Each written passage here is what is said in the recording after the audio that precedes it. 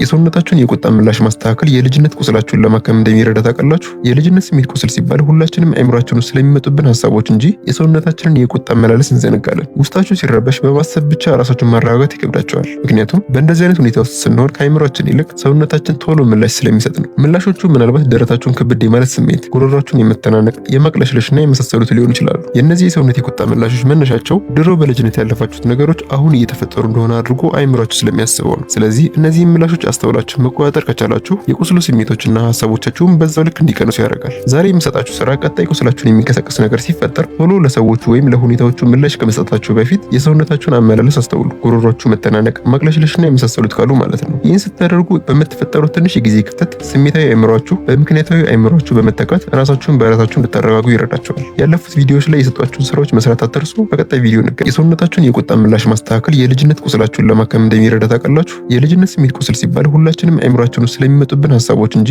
የሰውነታችንን የቁጣ አመላለስ እንዘነጋለን። ውስጣችሁ ሲረበሽ በማሰብ ብቻ ራሳችሁን ማረጋጋት ይከብዳቸዋል። ምክንያቱም በእንደዚህ አይነት ሁኔታ ውስጥ ስንሆን ከአይምሯችን ይልቅ ሰውነታችን ቶሎ ምላሽ ስለሚሰጥ ነው። ምላሾቹ ምናልባት ደረታችሁን ክብድ የማለት ስሜት፣ ጉሮሯችሁን የመተናነቅ፣ የማቅለሽለሽና የመሳሰሉት ሊሆኑ ይችላሉ። የእነዚህ የሰውነት የቁጣ ምላሾች መነሻቸው ድሮ በልጅነት ያለፋችሁት ነገሮች አሁን እየተፈጠሩ እንደሆነ አድርጎ አይምሯችሁ ስለሚያስበው ነው። ስለዚህ እነዚህ ምላሾች አስተውላችሁ መቆጣጠር ከቻላችሁ የቁስሉ ስሜቶችና ሐሳቦቻችሁን በዛው ልክ እንዲቀንሱ ያደርጋል። ዛሬ የምሰጣችሁ ስራ ቀጣይ ቁስላችሁን የሚንቀሳቀስ ነገር ሲፈጠር ቶሎ ለሰዎቹ ወይም ለሁኔታዎቹ ምላሽ ከመስጠታችሁ በፊት የሰውነታችሁን አመላለስ አስተውሉ። ጉሮሯችሁ መተናነቅ፣ ማቅለሽለሽና የመሳሰሉት ካሉ ማለት ነው። ይህን ስታደርጉ በምትፈጠሩት ትንሽ የጊዜ ክፍተት ስሜታዊ አይምሯችሁ በምክንያታዊ አይምሯችሁ በመተካት ራሳችሁን በራሳችሁ እንድታረጋጉ ይረዳቸዋል። ያለፉት ቪዲዮዎች ላይ የሰጧችሁን ስራዎች መስራት አትርሱ። በቀጣይ ቪዲዮ